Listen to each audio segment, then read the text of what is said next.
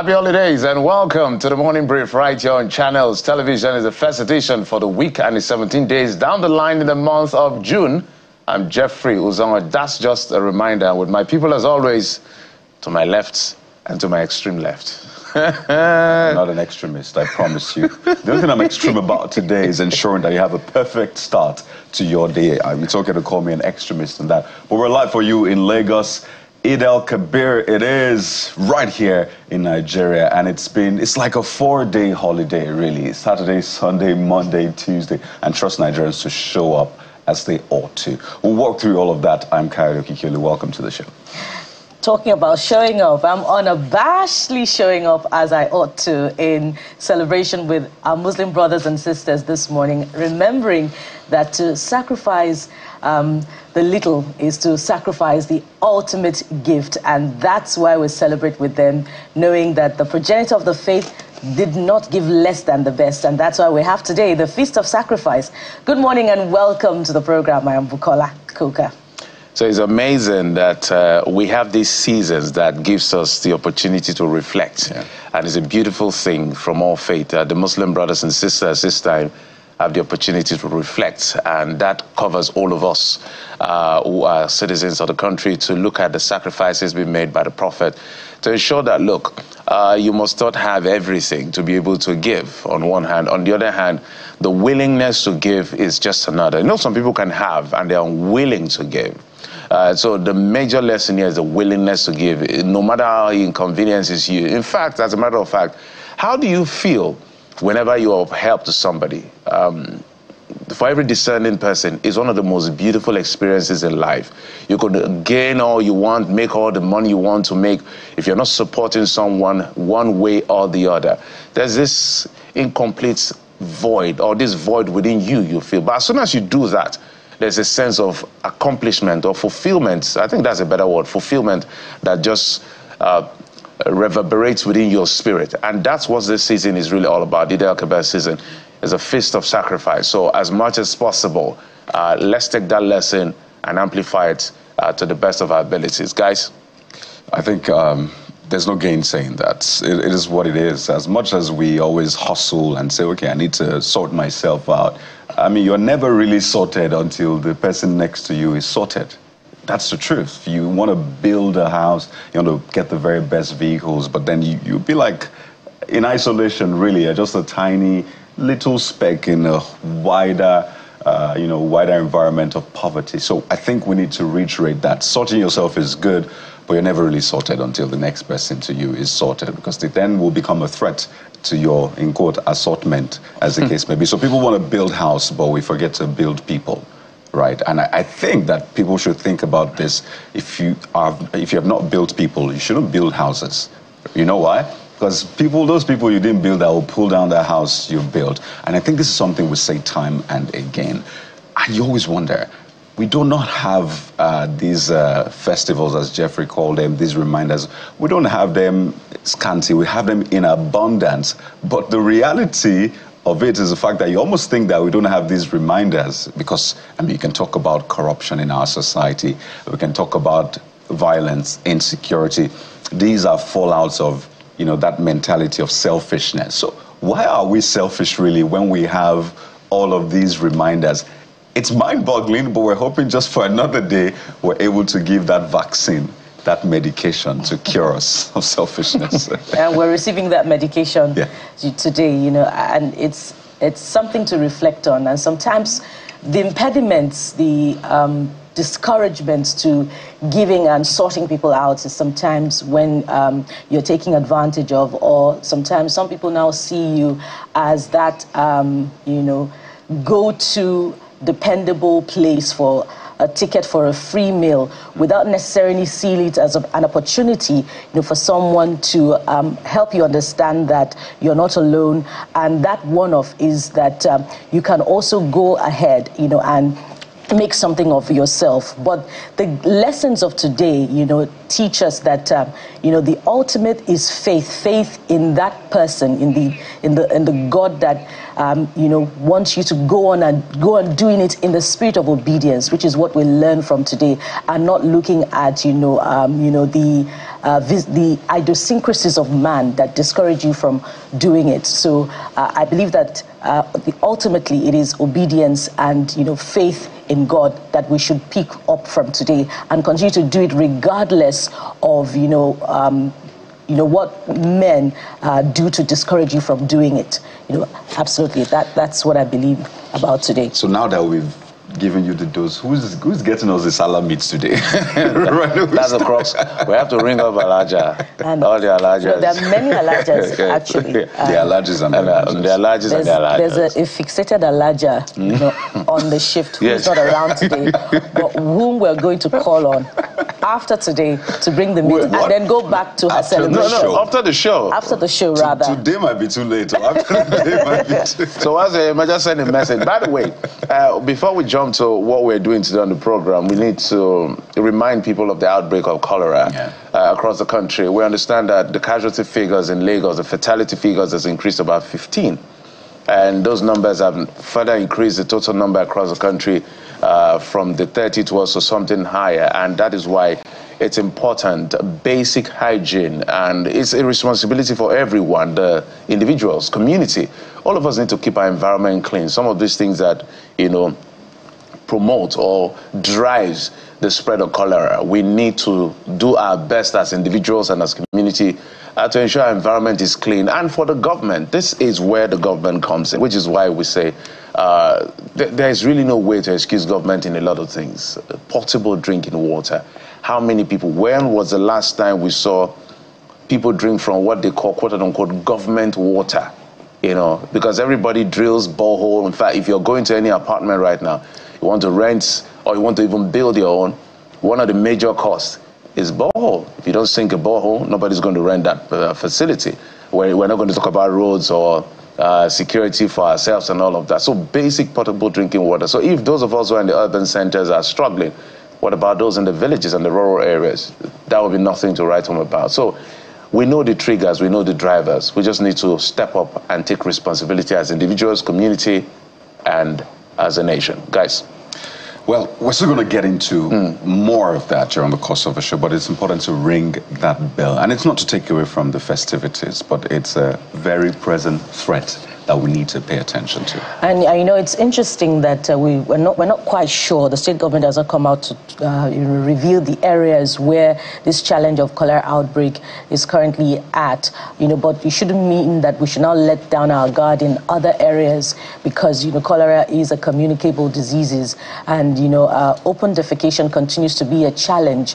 Not just even in those areas, even near us, and we keep talking about it. Bush parts, canals, gutters, where people happen to do these things, they are very dependable carriers of the germs that then spread. So even if we do not know those areas, we should ensure that we are, upbeat about our personal hygiene, especially at this point in time, because 15 deaths is quite scary. And we hope that it stays at that number and it doesn't increase. Absolutely. So let's bring you up to speed with what we will be doing today on the show. Eid-El-Kabir, also known as the Feast of Sacrifice, is the second of the two great Muslim festivals to commemorate Prophet Ibrahim's willingness to sacrifice his son in obedience to God. On the show today, we'll get deeper insight of what this means and what we can glean from this particular virtue of the Prophet. Well, though it's a time of festivity, but it appears as if it's not going to be as big as it usually is, because beautiful and remarkable as they are, it's coming amid rising headlines of food inflation, notably the astronomical hike in price of tomatoes and others. Now, what is driving the surge that is threatening simple, healthy meals? We speak to suppliers in order to find answers. But that's not all on the show this morning. He came, he saw, and he resigned. Yeah, that perhaps describes Finidi George's short time as head coach of the Super Eagles of Nigeria. Just over a month, actually, officially. In quick succession, he was appointed. He drew. He lost. Crucial matches, I should say. And everything started falling apart. So some pundits join us to unpack the undercurrents. Don't forget the Osimhen angle to this as well. Guys, There's a lot to talk about when that comes on the show. And Bukola is going to talk about that, right? Yes, indeed. Well, yes, we'll take a quick break, and when we come back, we'll get right into it, your top stories before we start the conversation for the day. Join us again.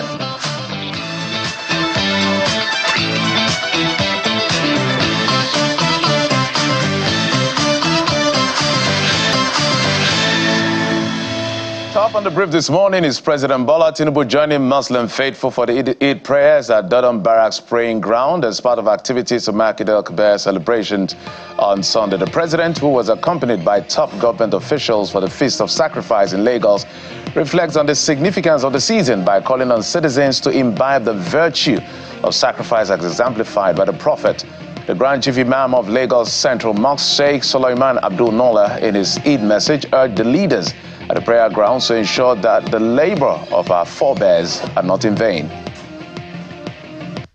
And we follow the path of sacrifice. Sacrifice being a very good citizen. It comes with responsibilities as citizens. What do you do as a citizen to be a very committed member of our society? That's sacrifice. Loving your country, loving your neighbors, share what we have with each other, and be thankful to Almighty God. Meanwhile, in Kano State, Eid prayers were held in two separate prayer grounds, one by the Emir of Kano, Mohammed Sanusi II, and the other by the deposed Emir Ado Bayero. While Emir Sanusi led the prayers inside the Kofamat at Jumat Mosque alongside the governor Abba Yusuf, due to the rain, Emir Ado Bayero prayed at the Nasarawa Mini Palace Mosque. After the prayers, Emir Sanusi II proceeded to Gideon Shatima Palace at the Kofa Kwara, where he conducted a mini Durbar, despite earlier ban by the Nigerian police force in Kano State. And staying with the festivities, the Arawa leader in the South-South region of the country, Alhaji Musa Saidu, has asked state governors to pay the 60,000 minimum wage. Mr. Musa, who was speaking to journalists at the Eid ground in Port Harcourt during the Salah celebration, says he's unhappy at the reluctance of state governors to meet the 60,000 naira minimum wage. That's the initial proposal by the federal government, now 62. It says the said amount, which is still under dispute, is insufficient to meet even basic needs such as food. Our leaders, please, should change their ways. You know, the affluent life that they are living with their families, and the way the people are suffering. The NLC now is protesting, you know, to say 60,000 naira that he cannot even buy a bag of rice, or he cannot buy even a bag of sorghum. There you say cannot pay a man a salary after working for a month. He has to feed, pay transport, pay school fees, feed family. I think we should be godly. In the meantime, the Taraba State Governor, Agbo Kefa, says his administration is willing to pay any amount agreed upon by the federal government and labor unions as a new national minimum wage. He says the welfare of workers in the state remains his responsibility and will continue to work hard to ensure that their rights and privileges are protected. While also faulting the politicization of state police, he believes that citizens' welfare and interest should be a priority.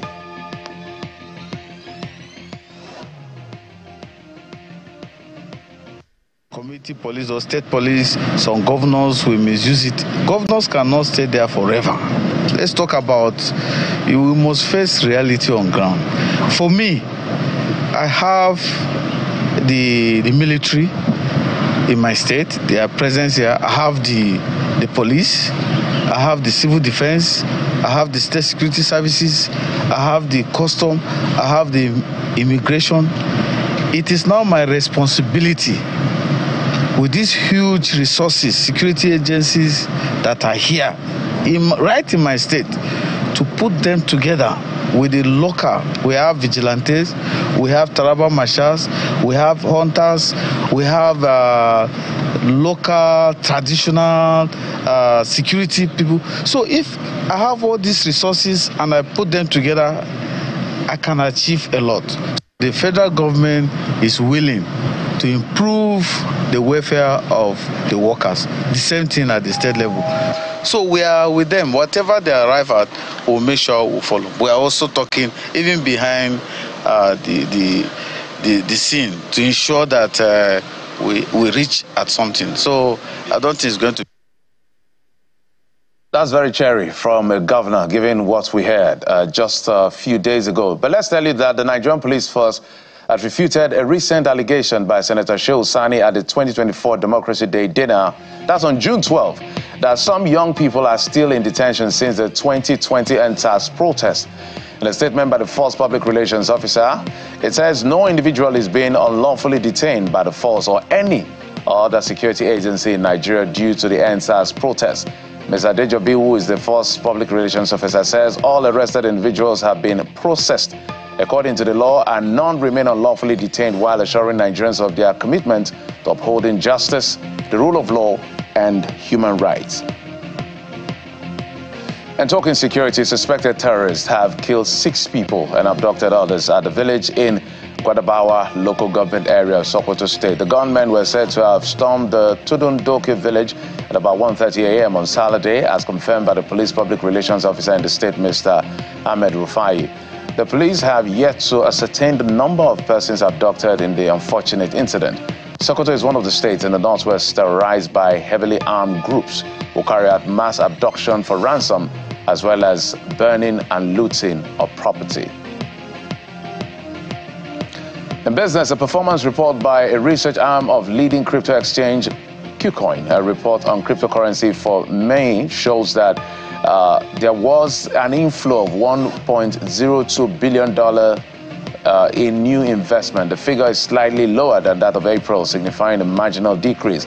According to the report, institutional investors focused on Ethereum and Ethereum virtual machine known as the EVM, based on projects during the period. On the international scene, Ukraine President Volodymyr Zelensky says peace talks will hold with Russia as soon as tomorrow, if only Moscow pulls out of all Ukrainian territory. But he also believes Russian President Vladimir Putin is unwilling to end the war and has to be stopped by all means necessary, whether through military or diplomatic intervention. The Ukrainian leader, who highlights insufficient Western aid to win the war, says the Summit for Peace in Switzerland is indicative that international support for Ukraine is not weakening.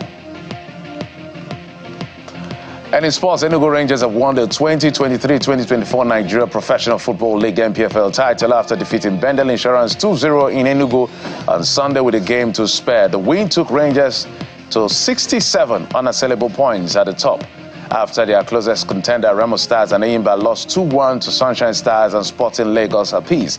This is the 8th consecutive, or 8th silverware, I should say, for the Flying Antelopes in the Nigerian League, making them the second most successful club in the league history after Eyimba of Aba.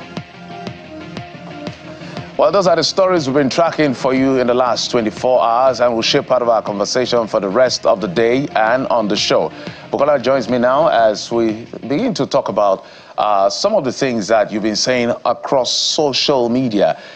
One of which is the fact that we like to amplify your voice as much as possible when it comes to conversations around the social media. Whatever it is you're saying, our responsibility is to bring it to the fore and amplify. Bukola joins me. Bukola. Yes, indeed, Jeffrey. Nigerians are saying quite a lot today, especially over the weekend, one of which is, the cholera outbreak, and also about security, and which is what, gets my attention this morning.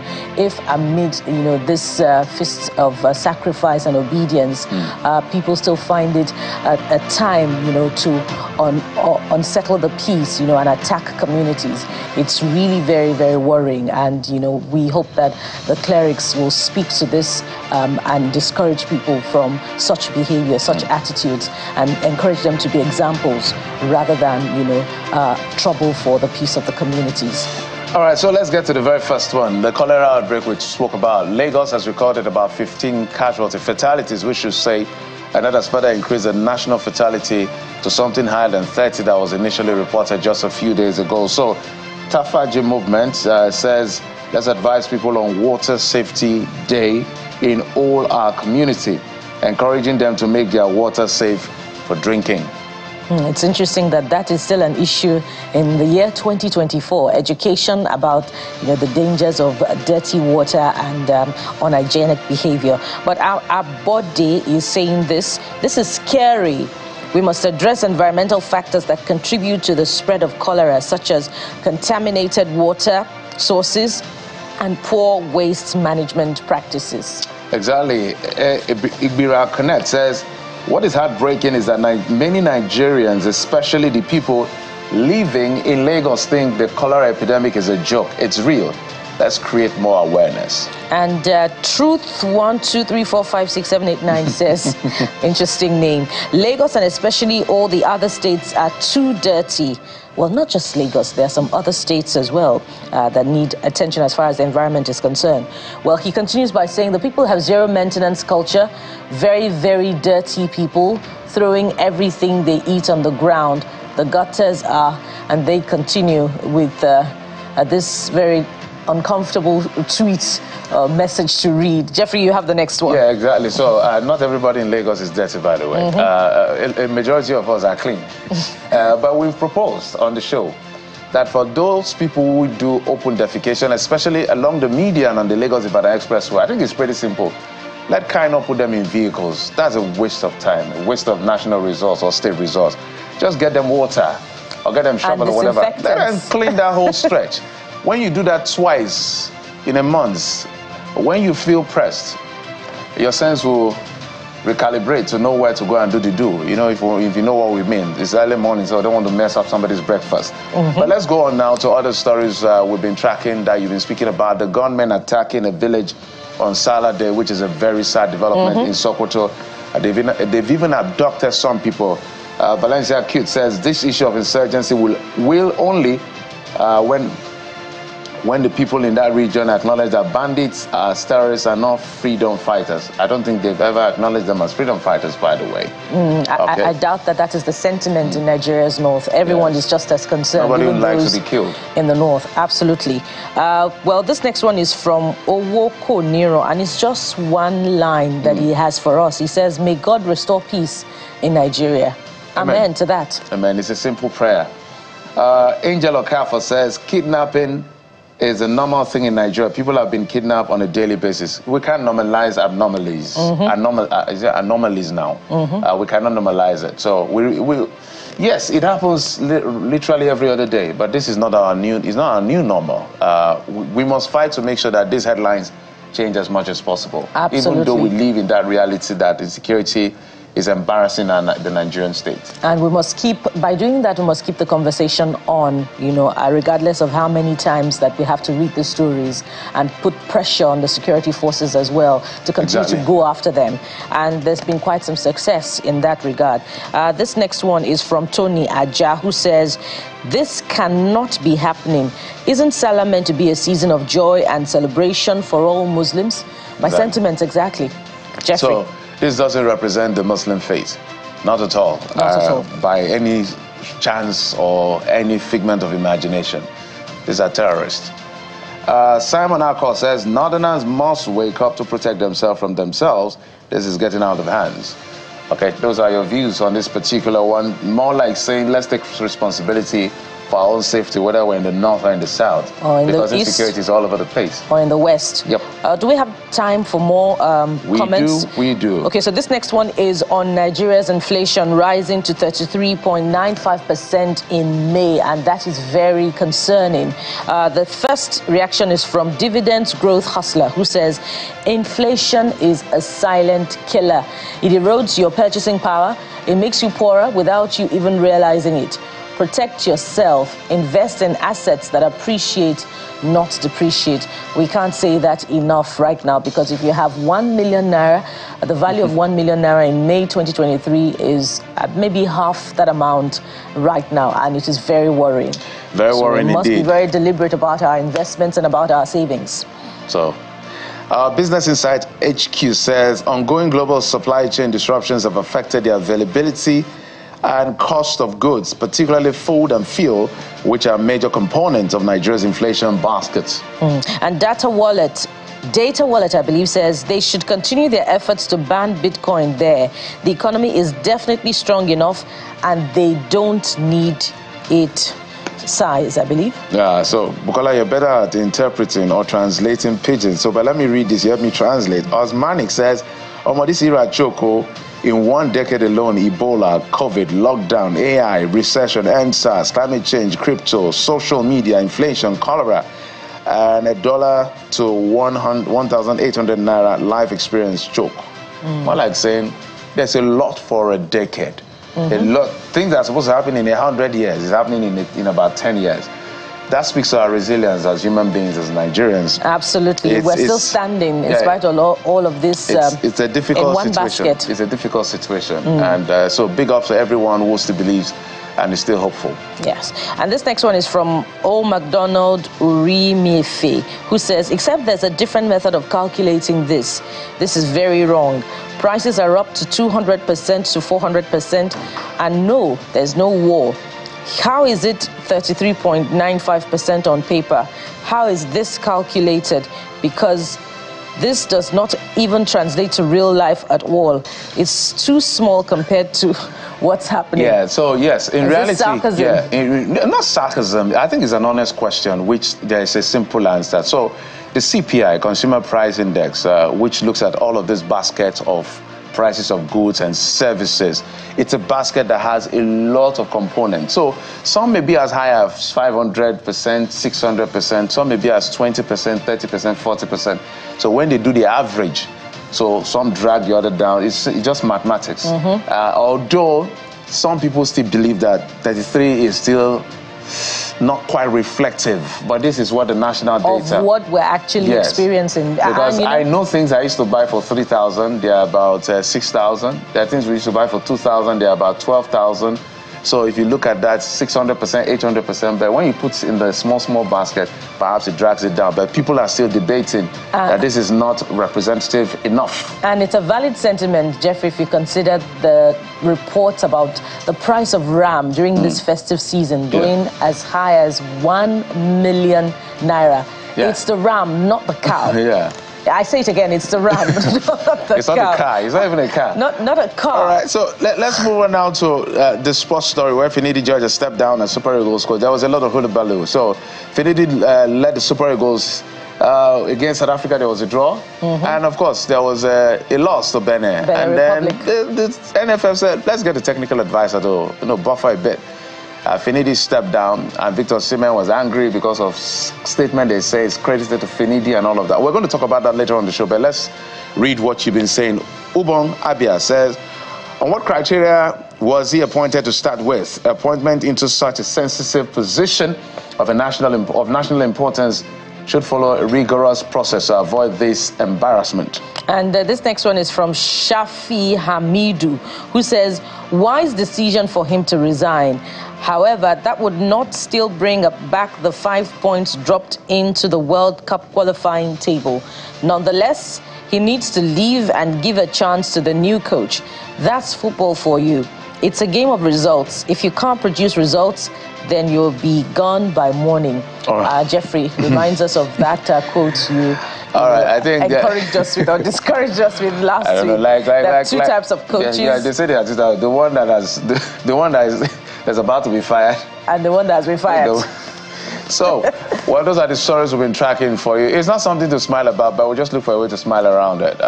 Well, we wish him the very best. We're going to talk about this extensively later on the show. But hey, keep it coming on your WhatsApp and on X.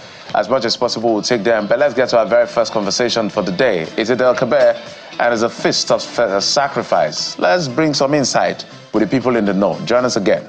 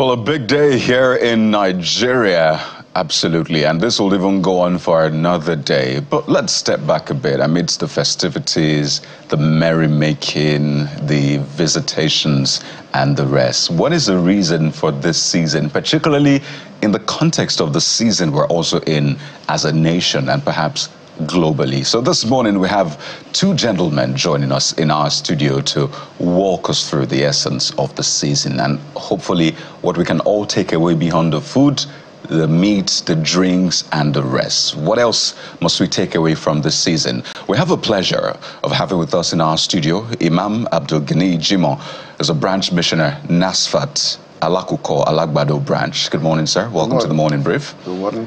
And next to him is Hafiz Abdul-Ghani Shobambi is an Islamic scholar, a lecturer at Ahmadiyya School for Quranic Memorization, Ilaro, just right next to him. Good morning, Hafiz. Morning to you. Well, just behind the scenes, we were talking about how Hafiz is more than just a name, it's actually a title. Yeah. Yeah. And do you want to tell us about that for those who are not aware? Well, Hafiz literally means a protector in Arabic, and Hafiz is the one that protects the entire Quran.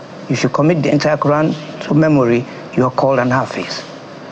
And it's also the name or one of the attributive names of God. Right. Al-Hafiz is one that protects all and sundry. So, I mean, a lot of people think it's just a name, but apparently someone who has memorized the whole Quran as well. Hafiz. There's a difference between Hafiz and Hafiz. Right.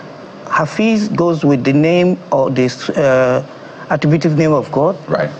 And they call such Abdul Hafiz. Right.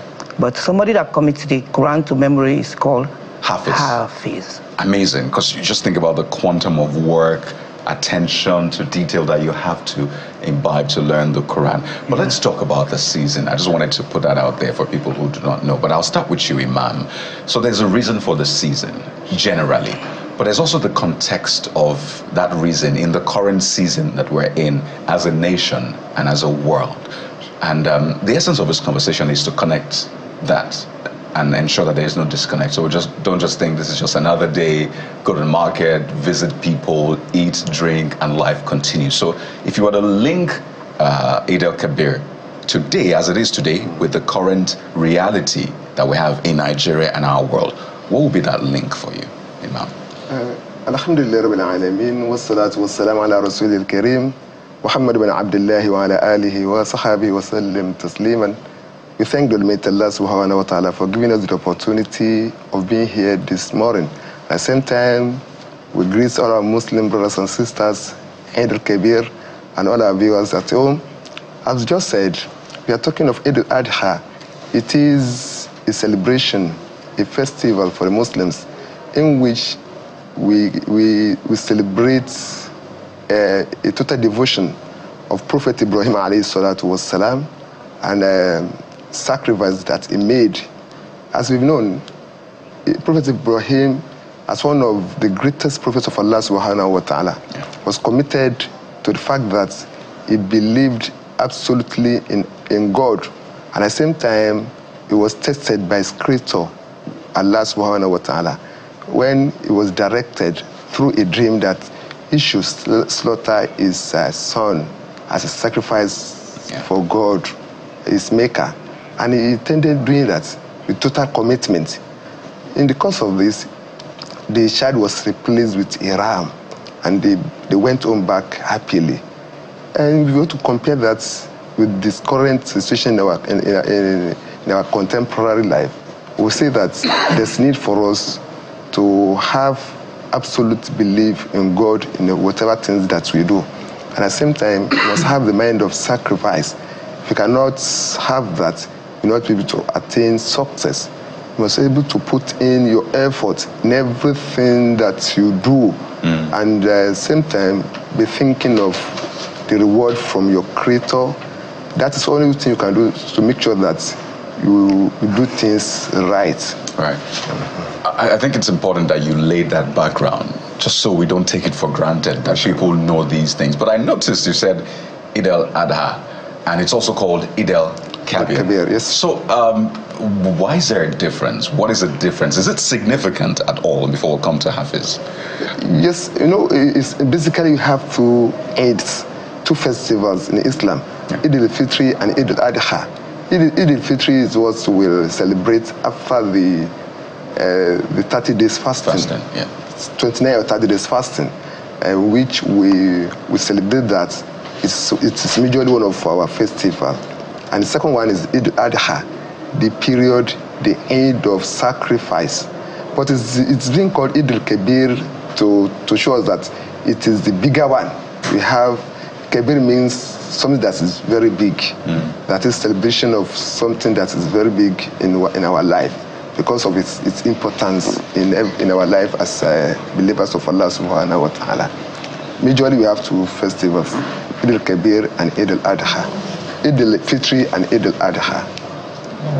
And I believe that is just to enrich our vocabulary, because apart from Eid-El-Kabir, Eid-El-Adha, we also know that the greeting is Baraka de Salah during the season, right? And that translates to, please help us out, because some of us just do the greeting. Baraka de Salah is an Hausa language. Okay. Baraka de Salah, greeting you for this festival. That's all. Okay, it's Hausa language. It's not a generality of greeting for Muslims across board. Yeah. Okay, thank you for that education. Still within the context of the reason for the season during these times for Nigerians, I wonder what it is like for Muslims. And this is important because we know that even though the religion does not make the slaughtering of rams compulsory, it is the peak of the celebration for most Muslims. And with the high cost of commodities, coupled with the very, very high cost of rams, what is it like for Muslims this season? We hear that rams are going for as high as the very good ones, 1 million naira, and some, the cap on it is between 250,000 to 300,000 naira. So what is it like for Muslims at this time? Well, Hafiz, you can take that, sir. Well, anything that is enjoined in Islamic religion is not compulsory.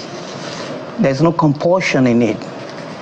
You see, one thing we need to recognize is that trial, test, and examination is an integral part of progress. So this season we are economically in troubles, and as Nigeria is moving now, we may be buying RAM 1.5 million. But is that buying high cost RAM that is demanded of us? No. It can be used to better many people. So the essence of Islamic sacrifice actually is for you to sacrifice yourself, your passion, your sentiment for the progress of others. Buying RAM of 300 while you have the opportunity of buying a car of 450, which will serve more people, I think that is more encouraging. So it must be meat, so that we'll put it in context. The sacrifice has to be meat. Right? There are stipulated type of meat or animal you can sacrifice on Eid-el-Adha, like goat, like ram, like camel, like cow. Okay. The essence is the provision that was made in the alternative of the son of the prophet. Yeah. So can it be chicken as well? I just want to put it out. No, chicken, that's why I say stipulated animals. So you said cow, ram, goat, camel. And there are some that are not recommended. Yeah. Like chicken, turkey, no. Fish. No. And pig is an abomination. Pig or pork is not accepted in Islam because it has greater effect on the health of the consumer. So what happens to people who can't afford any of the stipulated? Like I said earlier, any injunction in Islam, there is no compulsion in it. If you don't have the means, the wherewithal, Islam does not compel you. It's when you have it, you go for it. So let's trickle down to. I know that the chief imam of Lagos, at the mosque where the president prayed at the Eid ground, did mention a few things to the leaders, which is the issue of sacrifice, leadership by example. And so this creates an opportunity for all of us coming to you now, for all of us to speak to that particular issue. How much of this season, how much of the clerics, how much should we expect of the clerics to begin to speak to the leadership of our country specifically, given the situation we found ourselves? Because there's a lot of blame on them in the management of our resources. And people believe that the clerics have a lot of influence over every one of us. So do we see as much as we should when it comes to clerics, speaking to power, maybe from the Islamic community? Yes, the point is that as clerics, as Muslims leaders, you should be able to be truthful and at the same time to be bold to tell the leaders the right thing and the truth at any point in time. Our leaders are trying their best, but I think they need to do more when it comes to admonishing our leaders and telling them the facts. Because the imams are very close to the masses. We have so many followers that has been affected with this economic hardship. As a result of this, they're in the best position to relate this to our leaders, to tell them what is going on, and at the same time, let them know the implications of doing things right, and at the same time, their failure to do it, the consequences that will come up from that. Therefore, it is incumbent on every Muslim, especially our leaders, to be truthful and to be bold, not to abuse the leaders. Their responsibility is to pray for them, admonish them, and guide them, irrespective of the situation. That is the duty of imams.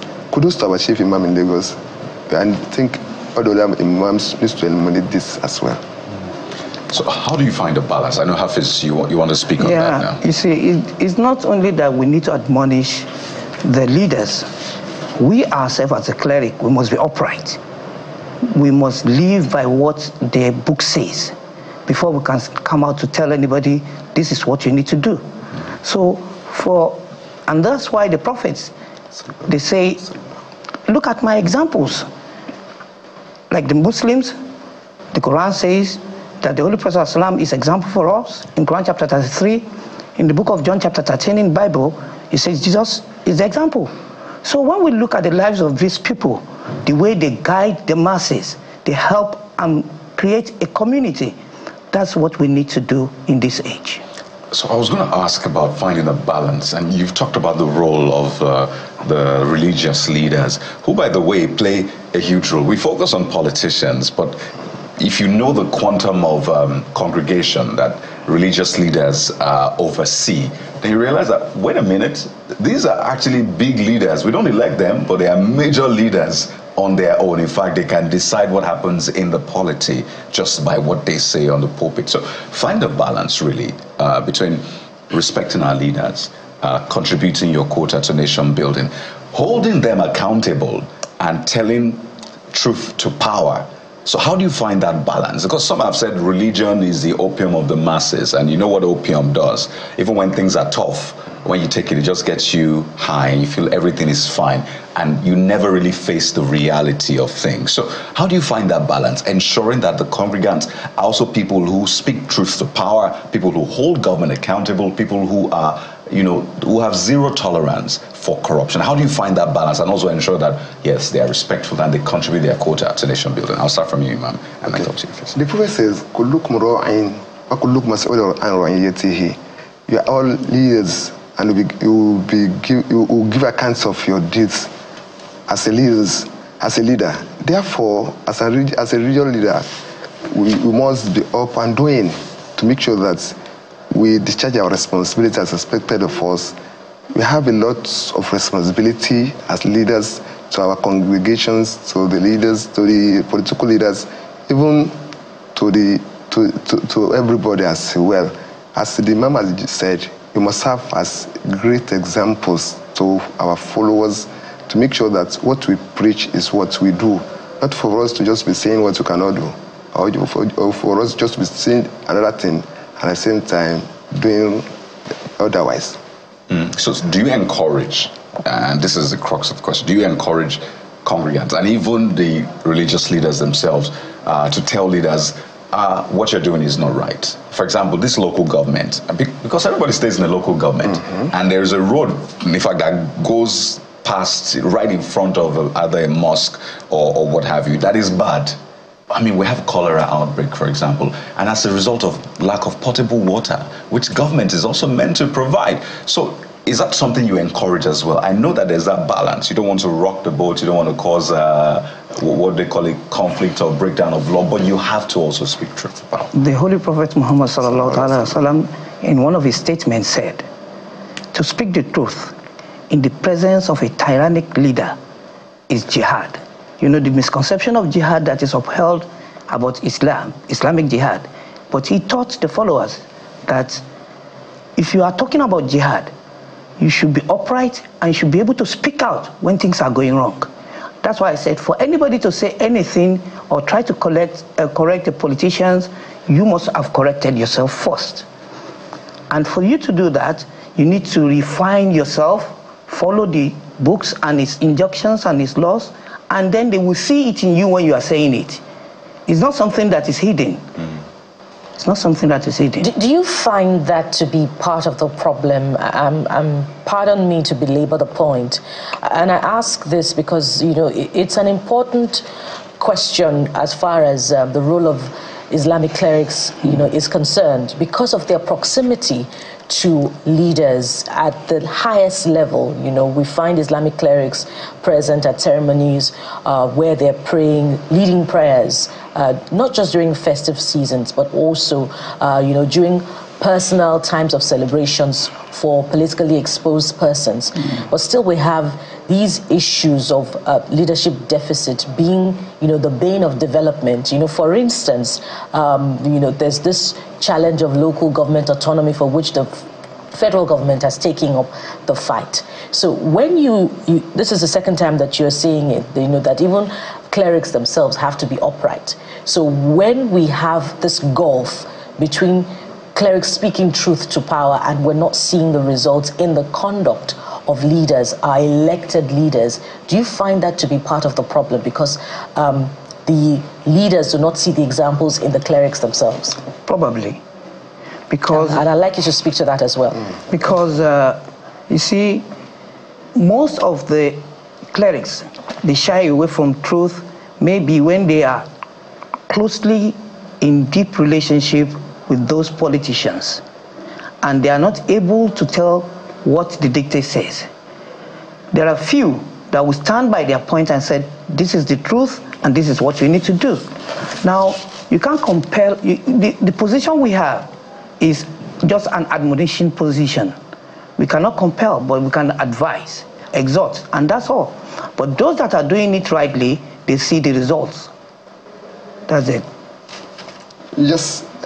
When, for instance, when the prophets of God, that is Prophet Musa alayhi salatu wasalam, Moses, when he was directed to Pharaoh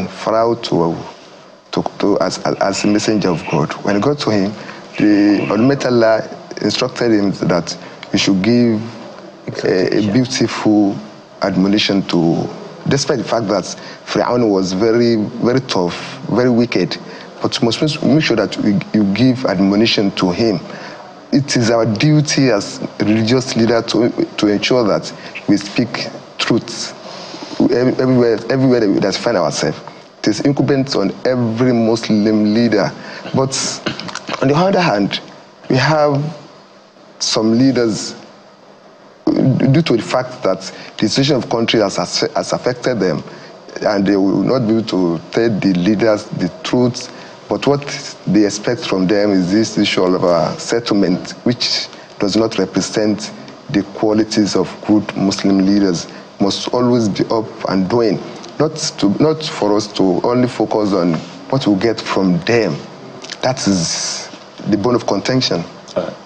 So the reason why we're dwelling on the clerics is because of your level of influence, and also you're part of the estate of the realm, as far as those estate of the realms are concerned.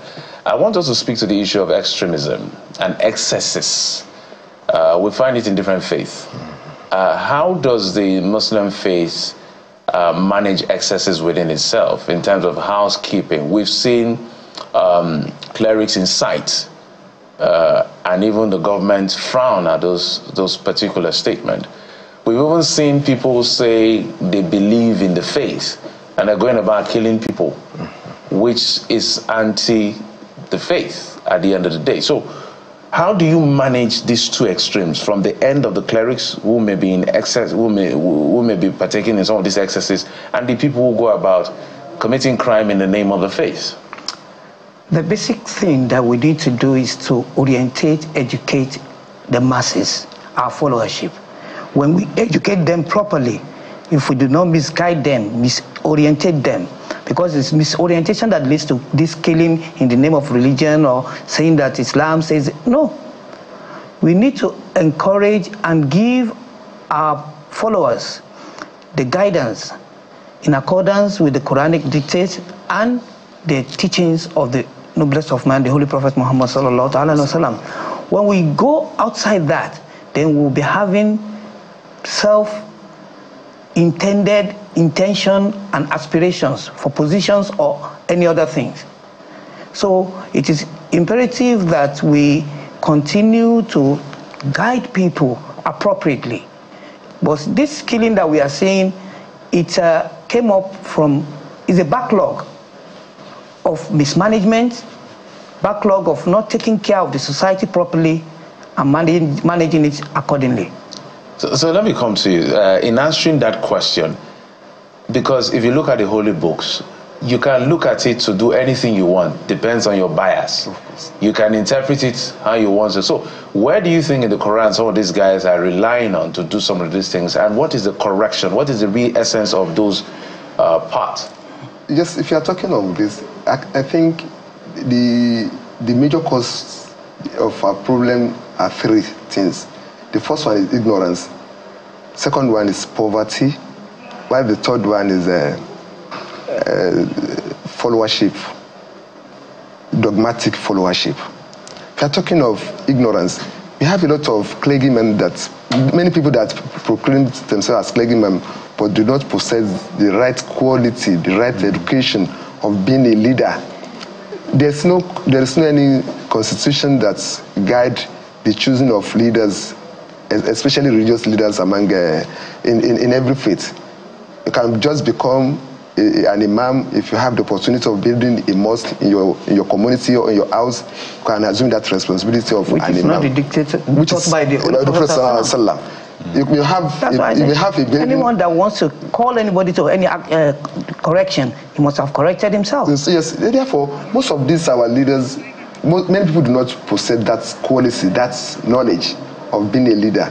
Then secondly, this issue of poverty, most of those people that commit this crime are the people that are consumed with poverty. They don't have the means to, if you have a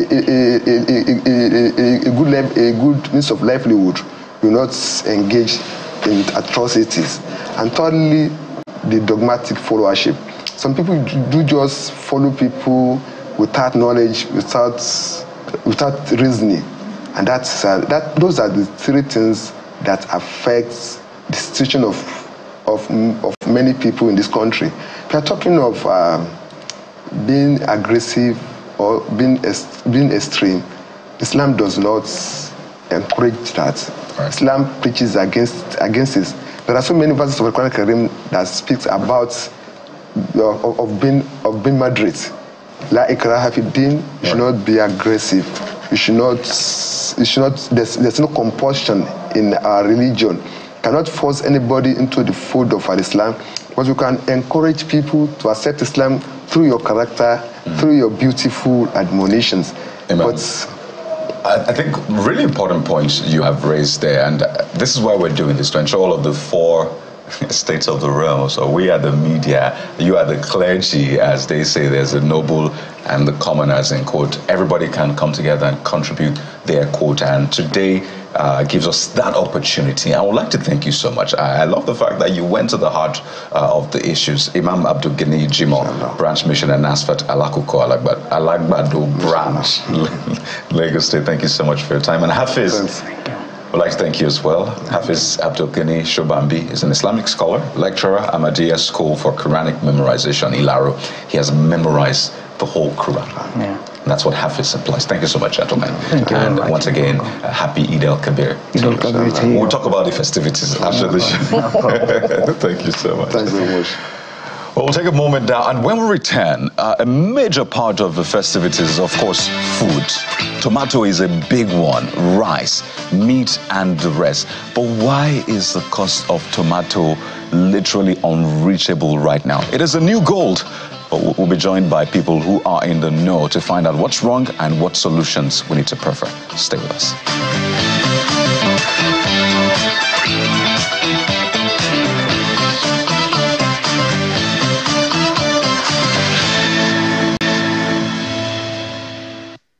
Welcome back to the program. So if you thought that, stories about the high cost of tomatoes were fables prior to this time, now you have evidence for conviction. What we bought in the past for 1,500 naira is now going for as high as 10,000 naira from, the actualities that we just brought to you.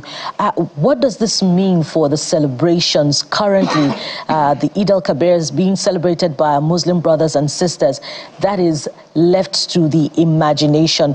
But let's dig deeper to find out what's responsible for the skyrocketing cost of tomatoes and indeed the other vegetables in that category. Joining us to have this conversation is Dr. Debo Akonde, the director at International Institute of Tropical Agriculture, IITA, responsible for its private sector engagement in Africa. He's also the executive advisor on agribusiness to the governor of Oyo State. Mr. Akonde joins us via Zoom. Thank you and welcome to the program. Also joining us in the studio here, we have Mr. Shehu Usman Jibrin. He's the chairman, Mile 12 International Market, who joins us here in our Lagos studio. Welcome to the program, sir. Good morning. So we've heard myriad of reasons ascribed to the high cost of tomatoes in that actuality that we just brought to our viewers. So we have a fair understanding, but please, we want you to elaborate on it, particularly by helping us to understand where our tomatoes come from, mostly from Nigeria's north, and additional information perhaps on what's responsible for this rather high cost. I'll start with you, sir. Firstly, thank you very much for inviting me here, to elaborate things that is happening as regards the tomatoes and other perishable items. Firstly, tomato has a season.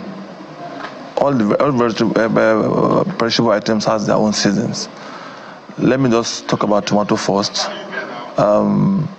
From November, December, January, February, March, April, up to May, you have tomato from the north.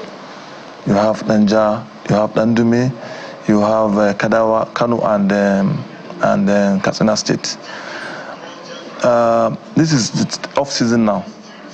So we expect tomato from Ilaro, Ogbomoso, Abeokuta, Osun to come to Lagos, and also part of Cameroon, Itaoke, Cameroon to be, that will substitute, that kind of substitute for the northern one. But unfortunately, it's late. The one from Cameroon, the one from Ogbomoso and Abeokuta is late, kind of, and we approach the festive period. So it will be very expensive. It will be that's the reason why it's so expensive. The northern tomato is getting finished, and we don't have a kind of substitute from the south. So the one we have from Cameroon cannot actually feed the whole nation.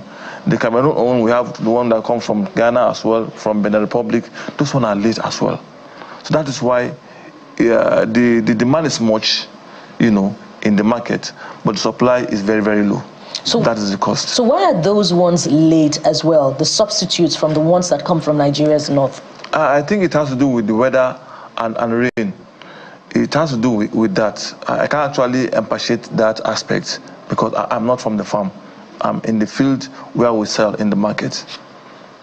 Because it's also been said that a certain pest, Tota absoluta, is responsible for the low yield. Yes, there is the season, absolutely. Yeah. You understand, in rainy season, tomato is usually scarce. But then there's also the pest angle to it. Is that something you've heard as well? Yes, there is. In Katuna they call it Ebola. Yeah, in Ghana they call it Charlotte, something like that. That is what they call it. So we should expect tomato from the north to still be available now. But because of that disease, it's quickly finished. We won't be able to have as much as expected. That's also caused that. You see, we have tomato from Benin Republic, from Edo State. There are a lot of cases as regards the farming issue. Let's take, for instance, Edo State. The people who are actually bringing those items in those days, they are farmers, but there are children that are supposed to kind of emulate them, join them in the business, but a lot of them have gone out of the country. Oof. That is a point you are making, really, and I'd like to bring in Dr. Akonde on this one. It looks like a multi-dimensional challenge we're battling right now. It's not something that happened on us. But the good thing is you have, let's say, private sector, a corporate approach with global practices also in the mix. What is your diagnosis of what is going on right now? And we'll get to the treatment as well. But first, the diagnosis, Dr. Akonde. Thank you very much for having me this morning. I mean, some of the points have been rightly responded to by the guests in your studio over there. And you're right, it's not just one problem. There are diverse issues that have been, and it's not just now. I think that is one thing we have to put in perspective. It might be a case that it has exacerbated now, but this has been happening for quite some times. It's mentioned the issue of seasonality of tomato production in Nigeria, and you said it's speaking to solution to some of this problem, as it were. Tomato doesn't have to be a seasonal crop. There are ways where we can ensure that we grow tomato all year and in this country. So that is number one. The second thing is that we all know that tomato is a very perishable material. While as a Nigeria, we stand as number 2, highest producer of tomato in Africa after Egypt. But in reality, over close to 50% of what we are producing are mostly lost through post-harvest. There is also a way around that. I mean, if you are losing 50% of what you are producing, to me, it doesn't show that you are doing something right. And this has been happening over a long period of time. It's not just now. I think he also touched on the aspect of the climate change problem. And that is factual. That has been impacting on our production, the time of production, the time of harvest, and what have you. And that is also has solution as well. You've mentioned the issue of the outbreak of that pest disease. There is also a solution to that as well. Chemicals are available that will be used, on the farm to create a solution for that particular problem. But I'd also like to mention the aspect of the cost of production also. And I think that is one thing that might probably have been a bit different from what we've been experiencing in the past. The cost of production of tomato, as it is with many other crops in this part of the world, has gone astronomically high. Most of what we use in producing this tomato and other crops in Nigeria are not necessarily manufactured within the country. And we all know what the issue of rate of exchange and things like that, what it is now. So, for example, the chemical you use, the fertilizer you use, even the cost of transportation based on what is happening in terms of high increase in the gas and petrols that we all use. So these all impact on why we are having this kind of a high cost. Tractorization on the field, what you use in preparing your food, is no longer as cheap as it used to be. So all these factors, combined together are critical factors that needs to be looked into. More so, demand, for these particular crops and food generally globally is increasing. So what system you have been adopting in the years past, to produce for 20 million, 50 million, or 70 million people, we should need to look into that kind of a food system, and see whether that food system is still applicable, for a nation that is growing to have over 200 million now. Talking about the issue of intensive and extensive agriculture, as it were. So all this combined together are critical factors, that are affecting the production of crops generally and tomato particularly as it relates to our discussion this morning. Dr. Akonde, I would like you to speak to a few issues that you've raised. One is, did this come as a surprise? I'm very deliberate with that question, because if it's not a surprise, I believe that maybe something should have been done vis-a-vis the issue of preservation of the product, because of the level of demand we've seen that has further pushed up the price. So what is being done? You said about 50% is lost. We want to know how we can close that gap as much as possible. So the first question is this a surprise? What can be done to close that gap in terms of preservation so that we don't have this dirt? It doesn't come as a surprise. And if we do further research, we will see that almost annually this problem comes up. It might not be as bad as this, 2017, 2016 data, you will see similar trend, that is happening on the tomato production and tomato cultivation within the country. So I think for me, the first thing is that we need to take the issue of agriculture and food security and food system very seriously in our country. We said quite a lot about it, but then the action that are taken around it, to me, we need to do more. If I have to become conservative with my response, we need to do more. We can't be seeing the amount of the, and I think this is what I didn't mention earlier, the farmers incessant attack by herders on their farm, and then we expect rocket science. The critical states where tomato are planted, are mostly in the north, even though we have some that will be done in the southern part of Nigeria, as has been mentioned. But most of these states are the ones that have been ravaged by attacks, issue between the herders and farmers. You're talking about your Kaduna, which is the highest producing tomato state in Nigeria.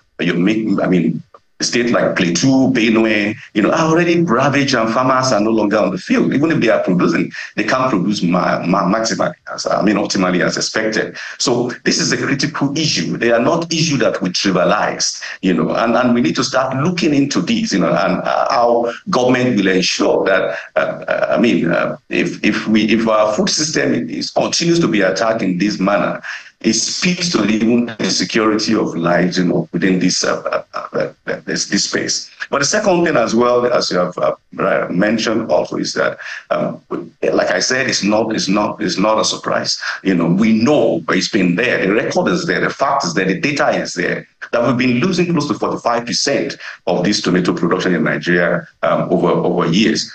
What have we done, as a nation, to support the processing of tomato to not just a puree, plum? I spent a very good part of my life in England, and I know that the only time that I actually buy fresh tomato in England is probably when I want to fry egg or something. But in terms of using tomato for stew or soup, you only buy tomato plums that have already been preserved for a very long period of time.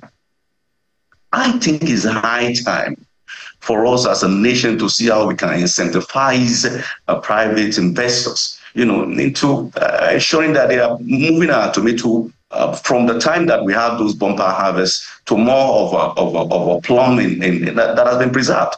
It's not just puree that I'm making reference to. I know one or two companies that are already engaging in puree here. But I'm talking about plum, that you can use, as a product in food production.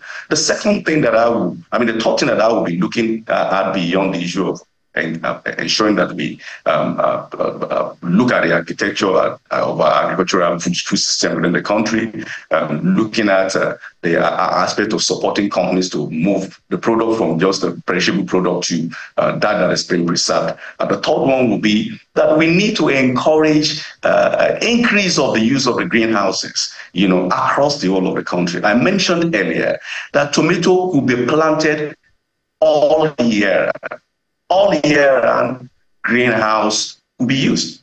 It's not going to be a substitute for open field, don't get me wrong, but I'm saying that it will help to increase our production and will help us to reduce the seasonality of tomato production within the country. Currently, I'm right. I think the tariff that is being paid by those that are bringing in some imported greenhouses in Nigeria is killing. Materials that are being used to produce the greenhouses locally is issued. Yes. Yeah, sorry, just to butt in, let me bring in Mr. Jibrin on that particular thought as well. I'm wondering on this particular line of thoughts as to whether or not people are not gaming the market. We call it gaming the system, where because of the scarcity, people are now being astronomical with their prices. Is that a situation you see in the market? And if it is, what are you doing to manage it? Because this is something that everybody needs, as he said, and as you've said, is in high demand. This is the most gambling market, so to speak. There's nothing you can do about tomato. When you trap in your farm, you have to bring it to the market. There is nothing like hiding tomatoes to make it hike. No, it's what you see, you buy, and what you bring to the market. For instance, the trading of tomato is a huge risk. That's number one, and it has a lot of things on it. For instance, the driver that is bringing tomato from the north, for instance from Kaduna State, will not sleep throughout till he comes to Lagos, except maybe he wait for 2-5 minutes to eat, because the owner will be asking, because the moment tomatoes stop for maybe an hour or more, it will start spoiling. We don't have that good seed that will make our tomato last for maybe 7 days, 8 days, just like the foreign seeds. The local seed we're using just has maybe a last one of maybe 3-4 days. And from Kano, for instance, or Kaduna to Lagos on truck, it's going to be almost 2 days. So you meet hold up in the road, there's bad road, there are a lot of things. So just like what he said, it's like almost quarter of what you are even bringing from the north, not even from the farm, from the truck will go spoiled. And you have to. There are no specialized vehicles to carry this. There is absolutely no specialized. No at all. Just regular normal truck that carries. That's a gap in itself. Yes, normal truck that carry cow, that carry chemicals. That's what we use to bring tomato and other items into the market. No, but the cost is beyond one's imagination. For instance, I bought 10 pieces over the weekend, 10 pieces of tomatoes for 1,000 naira. That's even and some people say that 4 pieces of the red pepper, the small pepper that they call atanla, is going for about 500 naira, just 4 pieces. Give us a sense of why, besides the planting challenges and harvesting challenges, a sense of why it is that expensive when you consider transportation. Sorry, sir, just before you come, let's do a quick one. Get to our correspondent who we understand is standing by. You can respond to Bukola's question as soon as we come back. Kelly Giga is our correspondent is in my 12 market. Kelly, if you can see and hear us, maybe give us an update of what you're seeing, because we're seeing a lot of activity. Are the prices down or they are still high?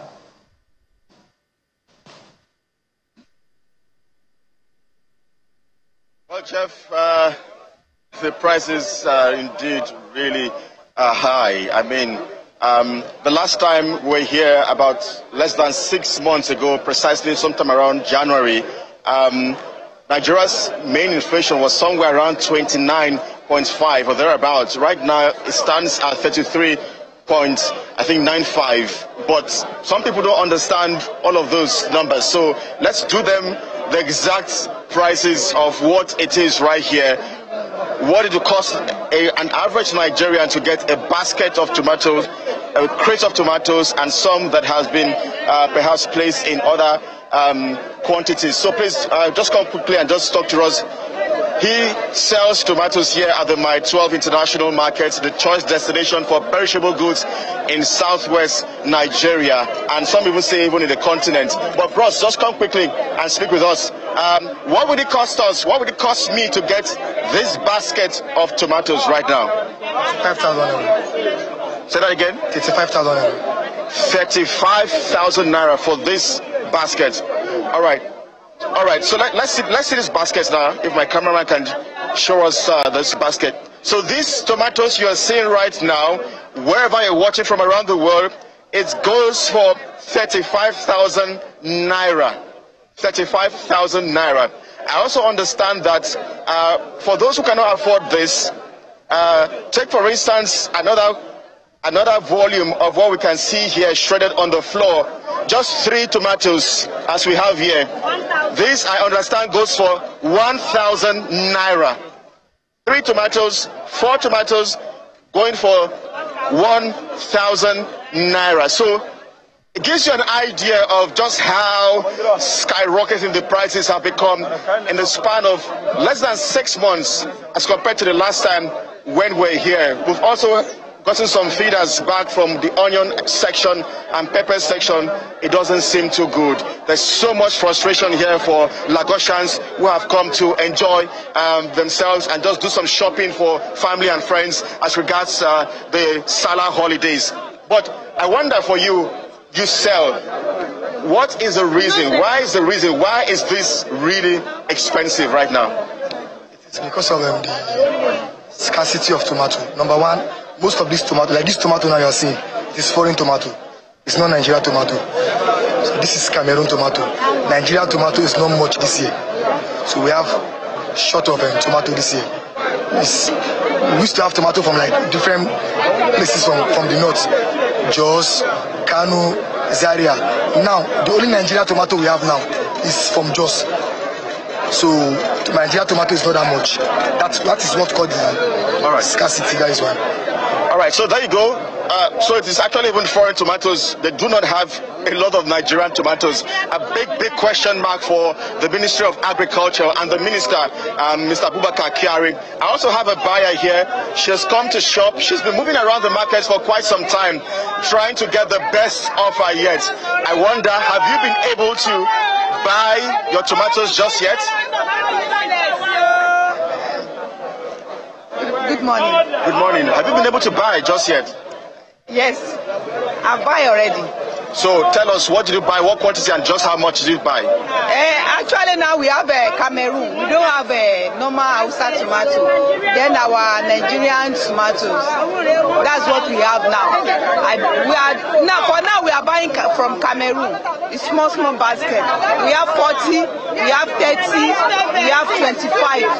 And if you can even see the basket, the Hausa basket is going to be quite quantity that we fill up.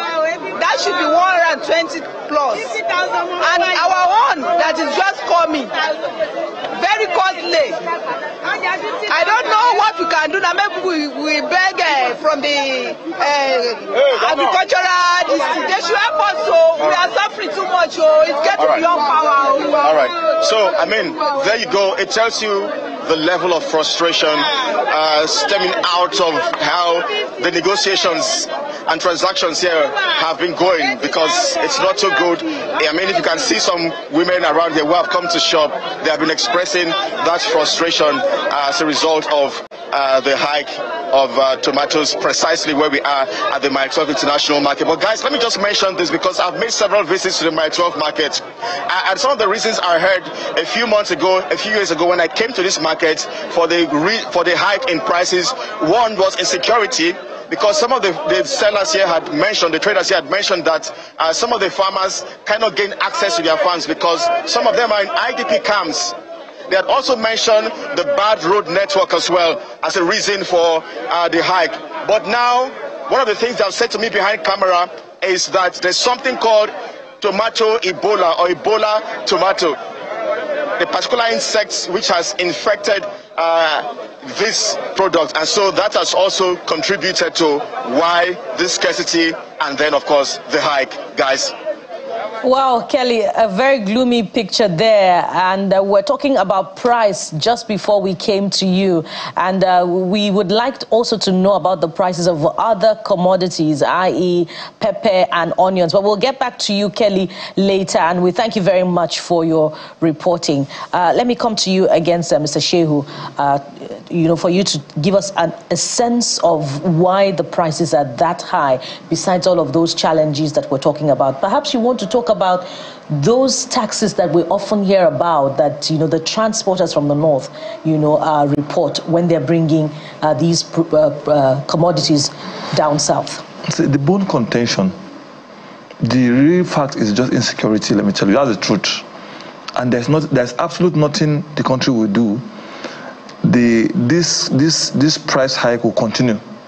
They are still buying tomato now at the rate of 1,003 pieces. If care is not taken, he has just mentioned 99% of the people in IDP camps are farmers. They don't know anything apart from farming. Both they are male and female. So let's assume in the whole country we have 5,000 farmers. Now, the people who are in farm and they are farming with one eye closed, it's just maybe say 1,500 out of like maybe 5,000 farmers we have across the whole country. It's only in the south that you can farm freely, that you go to your farm freely. Even in the north, in those places you are getting all these items you see. What they face is there is negotiation between them and the bandits on how much are you going to pay me to harvest and bring to the market. They are not even safe. So for as long as those people are in IDP camps, the country will continue to be in trouble in terms of food items. So the federal government needs to do everything possible to ensure that they secure the farmers. Or another option is those people in the IDP camps. There are states like Ogun State, they have vast land. There are other places that are still safe within the country. They can be trained. They can be trained to come to the south and do their farming work so that they secure the country. But if this is not done, I'm telling you, it will be very difficult. Now, for instance, the only place you can get tatashe in the entire country is Nakola in Katsina State. That's the only place you can get tatashe. Now, he didn't go to that place. It's almost 100 plus a bag. It's just small bag. So, what you're saying is that there's no farming even going on, so we shouldn't even be talking about those taxes. Forget about tax. Tax is just minor. Let me tell you, on a never good day, female at home, within just maybe 3-4 meters in the house, she can plant tomato. She plants tomatoes, she has her small goat, she has a small cow, they have several things they're doing. But now, it's not even about kidnapping them. It's about going to those places, village, kill everybody, burn the whole houses. And those people you are killing, they don't know anything apart from farming. They don't know anything. They know nothing. They can't explain anything for you apart from farming. They may be illiterate, but they are literate in farming. They will school you, they will teach you so many things about farming. That's what they know. So for as long as those people remain, I keep saying it, I keep mentioning it, people are not in the farm. The country is not exporting food. So how do you solve the problem? No human being can solve this problem, I'm telling you, except people who go to the farm. That's it. Well, let's expand the conversation. We'll come to Dr. Akonde as we begin to coast home, because this is a very big conversation, and we're hoping to get short-term solutions, and then we'll talk about the maybe mid-term issues. But we've since been joined by guests in our Kano studio. Bolarinwa Akinloluwa is Director, Akin Savvy Awareness for Africans, joins us live on the Morning Brief. Good morning, Mr. Akinloluwa. Welcome to the Morning Brief. Oh, good morning, sir. Well, so Kano is meant to be a major hub for tomato. A lot of us here look up to Kano, as it were, for our tomato supply and other, agricultural products. But, I mean, they have not been forthcoming. We have to rely on Cameroon. And I'm sure you heard our reporter, speaking to those in the market. You are right in the thick of things. What is happening in Kano, Mr. Akinloluwa? Okay, thank you so much for having me this morning. I just want to say, concerning this crisis around tomatoes and other products, currently it's just because Nigerians have not been taking cognizance of some few things that has been happening in the previous years. Previously, in 2015, there was a strike on tomato as it's were this particular year. In 2020, the same thing happened. And we all know that there is a virus that constantly, that has been consistently ravaging tomato and other similar products recently. And it is known as, in some quarters, they call it tomato Ebola. In some other quarters, they call it, it is known as tuta absoluta, or they call it the pest that ravage tomato leaves. I understand the fact that there are issues around the security issues, the taxes around transporters and other constraints. But currently, there is a pest that is ravaging. And even the pest that is ravaging, many farmers have reported these issues to the government. But we understand the way we operate in this nation, where we work on curative, not preventive method. We try to see how we can cure something. Well, we understand that to prevent something is far better than curative method. So this has been a major challenge. And they've tried to see how much possible they can control this pest. But this pest has been resistant to pest controls. Different pest controls has been used, different method has been used, but it has been resistant. And it is not the first time that we are experiencing it. In 2015, it was 2016, it came up. And people felt, oh, it was just a minor thing. In 2020, it came up again. People look at it and they overlooked it again. And this time around, it's coming up. If care is not taken, Nigeria will begin to live with this pest. And it has started ravaging these tomato farmers and even their livelihood, and is seriously controlling and disturbing the farms. Because if you look at the farms that the tomatoes we are having across the board, even if you look at the tomatoes we are having, you will discover that these tomatoes are not really looking healthy. Apart from tomatoes that you can get from places like Plateau and Ikara, some part of Zaria, that is the Zaria axis that linked with Jos Plateau. That is where you can get a little good tomato that are looking very healthy.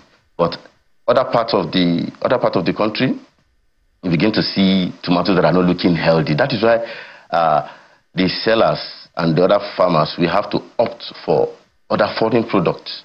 Have to opt for products from Cameroon, and I know actually they can't opt for other places other than Cameroon, or they go to Benin that are close by, because even this same pest in 2015 started from Niger Republic before coming down to Nigeria. It has been observed funny enough, it's not only in Nigeria that we are experiencing it. It's also in other countries, even in the American continent. In the American continent, it is there. It is also there in the West. So it's already ravaging. But the point is, let's see how this pest can be controlled. Once this pest can be controlled, other factors like the insecurity factors and other major factors can also be put into perspective. Because if we didn't control the pest now, even when you train people from other regions of the country, because the same pest was even noticed in Abeokuta in 2015, 2016, 2017. It was noticed around that place, and it affected tomato farm around Abeokuta. Because, Abeokuta people to engage in tomato farming, and they engage in farms a lot. So it was noticed around that place, and it affected the tomatoes around that area.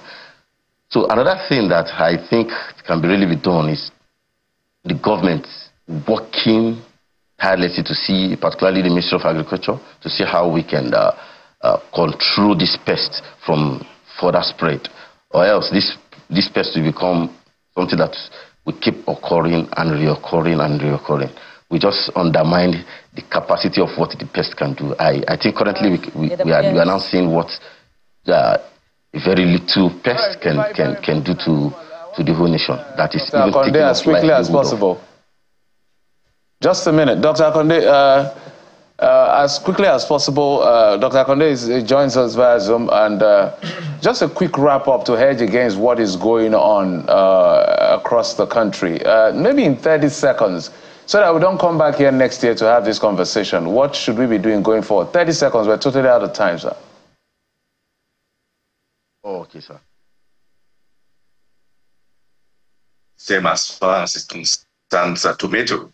There are too many loose ends that we can pull together to ensure that we are not where we are again. There are solutions to most of these issues. We just need to pull ourselves together at the federal level or at the state level and develop a right framework that is implementable and that will support farmers on the field, security issues and what have you, bringing in new technology and innovations, and ensuring that most of the international research institutes and local ones that we have are being assessed for solutions to some of these problems. That would be my own parting word. Thank you very much. But Dr. Akonde, quickly, is this an opening for GMO? I know it's been a debate. Is this an opening for GMO? For me, I think I'm not so sure whether we are ready for that as a country, and I wouldn't advise that is where we should be going. The one we have currently, what are we doing about it? I mean, talk less of saying that we should be moving to GM. Are we really working hard towards, ensuring the productivity of the one that we have, as it is? Thank you very much. All right. That's if it's not upon us already. But we want to thank you very much, gentlemen. We've had Dr. Debo Akonde, Director, International Institute of Tropical Agriculture, responsible for private sector engagement, also Executive Advisor on Agribusiness to the Oyo State Governor. Thank you so much for being on the program. We want to thank you also, Mr. Shehu Usman Jibrin, Chairman, Mile 12 International Market. We also had Dr. Akinlolu Bolarinwa, who joined us from our Kano studio. Thank you so much, sirs, gentlemen, for your time on the program. Thank you very much. And from here, we switch gears to another part of program today, which is looking at what exactly is happening with our football team, the Super Eagles, and especially the management. Stay with us. We'll be right back after this time out.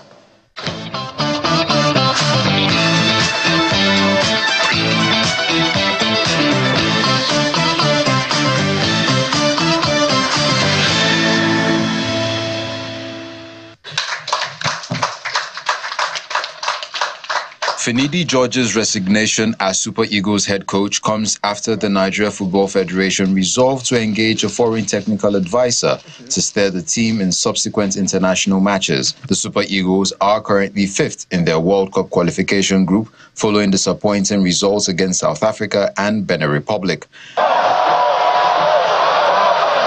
The results sparked demands for swift action to fixing Nigeria's World Cup qualification campaign.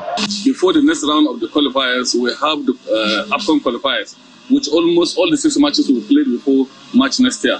And that, by the grace of God, that will show Nigerians the kind of steps we are going to take, or we take to make sure that we qualify for the World Cup. Despite having just 2 competitive games, Finidi's short stint has thrown up conversations on the fate of Nigerian coaches handling the senior national team. Since late Stephen Keshi led Super Eagles to win the African Cup of Nations title in 2013, several Nigerian coaches like Sunday Olise, Samson Siasia and Austin Eguavon have managed the team. Olise and Siasia failed to qualify the team for the Nations Cup in 2017, while Eguavon only led the team to the Nations Cup in 2021. German Gernot Rohr and Portuguese Jose Peseiro are the 2 foreigners that have managed the Super Eagles. Rohr helped Nigeria to secure qualification for 2 African Cup of Nations in 2019 and 2021 and the 2018 FIFA World Cup, while Peseiro only qualified for the competition earlier this year. In the final analysis, Keshi's AFCON triumph and round of 16 place at the 2014 FIFA World Cup haven't been equaled and surpassed, raising questions on the state of the once dreaded national team in Africa.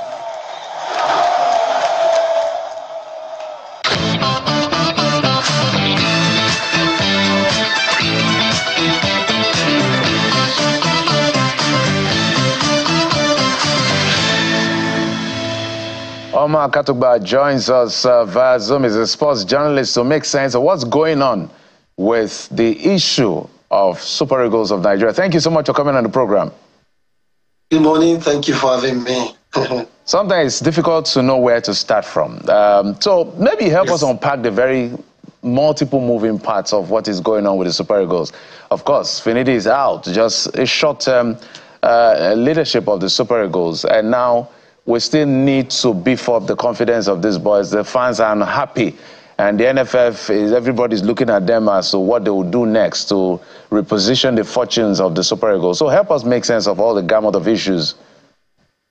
It's difficult to make sense of what is currently going on in Nigerian football. It's a complete chaos that we found ourselves. Of course, because of, I would say, the quality of leadership that we have. They say everything rises and falls on leadership. The current NFF board, I think, must take responsibility for what is going on right now. They appointed Finidi George without due process. I think that the entire setup, the whole arrangement of Finidi George's appointment was very hasty, and they didn't do the right, the right things. And I told my friends in the NFF, you guys must take responsibility for all of these problems, because you appointed him in the first place, and after 2 games, without prior information, you are telling him you want to bring a technical advisor.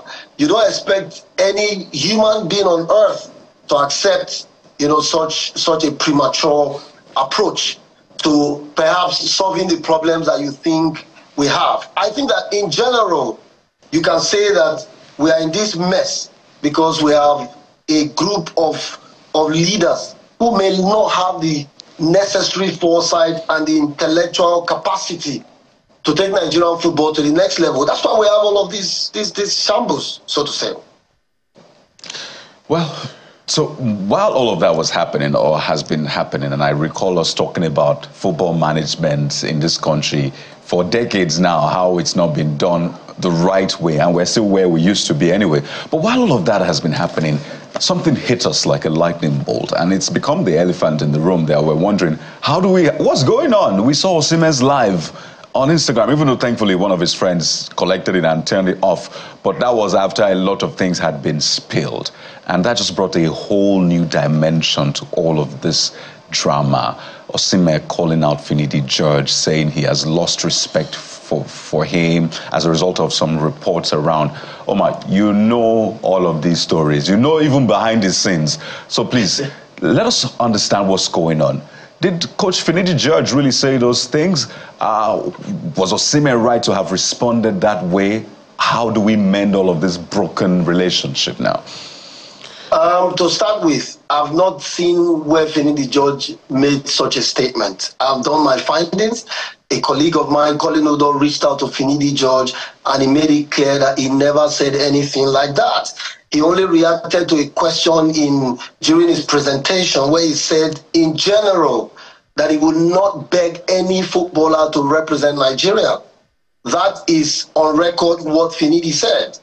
And for Victor, I understand Victor's angst. I understand Victor because I know him very well. Victor gives his all whenever he plays, whether for Nigeria or for Napoli or for his local team in Olusoso. That is who he is. He's very passionate. He's very emotional. All of these are the attributes you see him display on the field of play. That energy is the same energy he used in venting his anger on that Instagram live.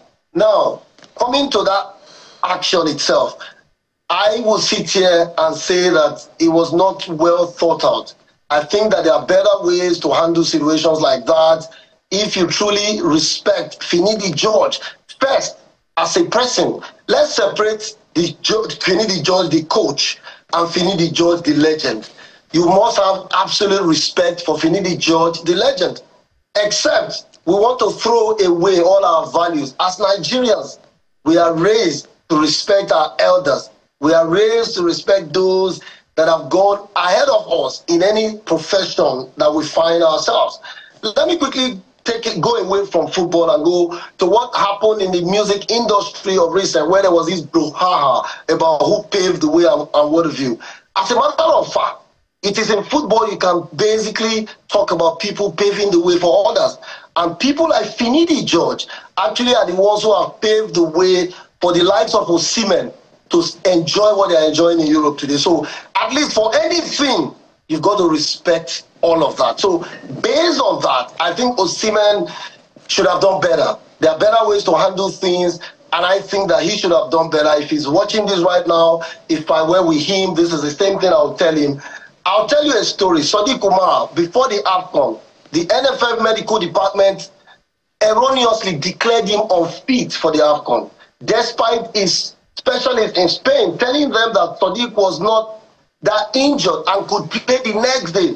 They declared him fit, replaced him. Sadiq was very furious. He went back to Spain, started playing the next day.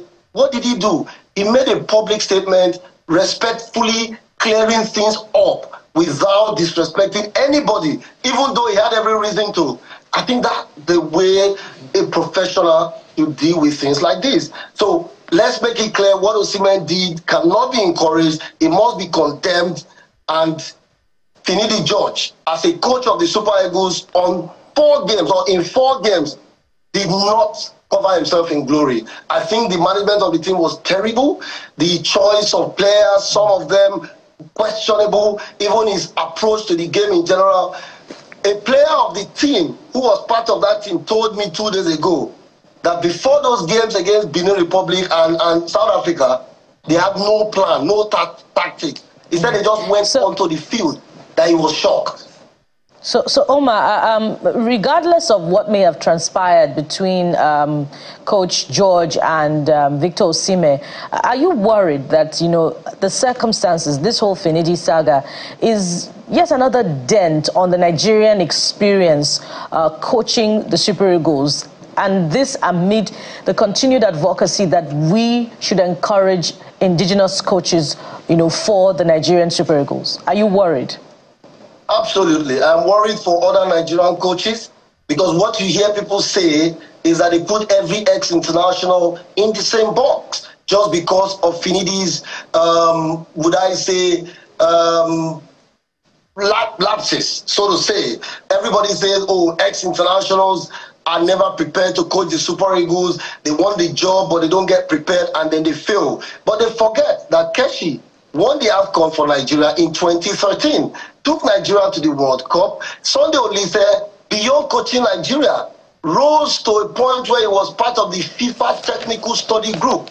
If you don't have football intellect, you cannot be invited to discuss the technicalities of football at the FIFA level. Emmanuel Amunike at the AFCON in Cameroon was working in the FIFA technical study group. These are sound minds. Let's not even forget Samson Siate. Unfortunately for what has happened to him, I think that we've got local coaches who are sound enough, who have the exposure, the experience, the personality to manage the Super Eagles. And we've seen them in the past. If not for Olise was too much in haste, that is a sound mind and a local coach that could have taken Nigerian football to the next level. And let me also state, they are not that local.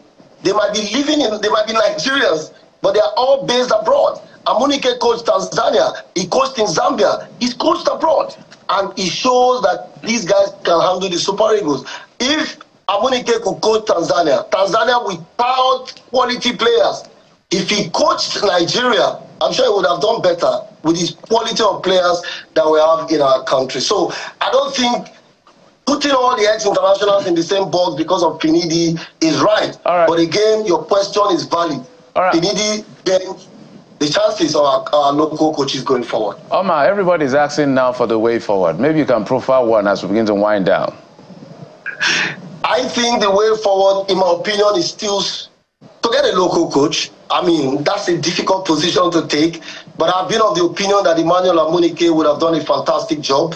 We've seen him do it in the past. He won the Under-17 World Cup with all the Osimhens of this world, the Samuel Chukwuezes of this world. He built a team with quality players and, of course, went outside to coach.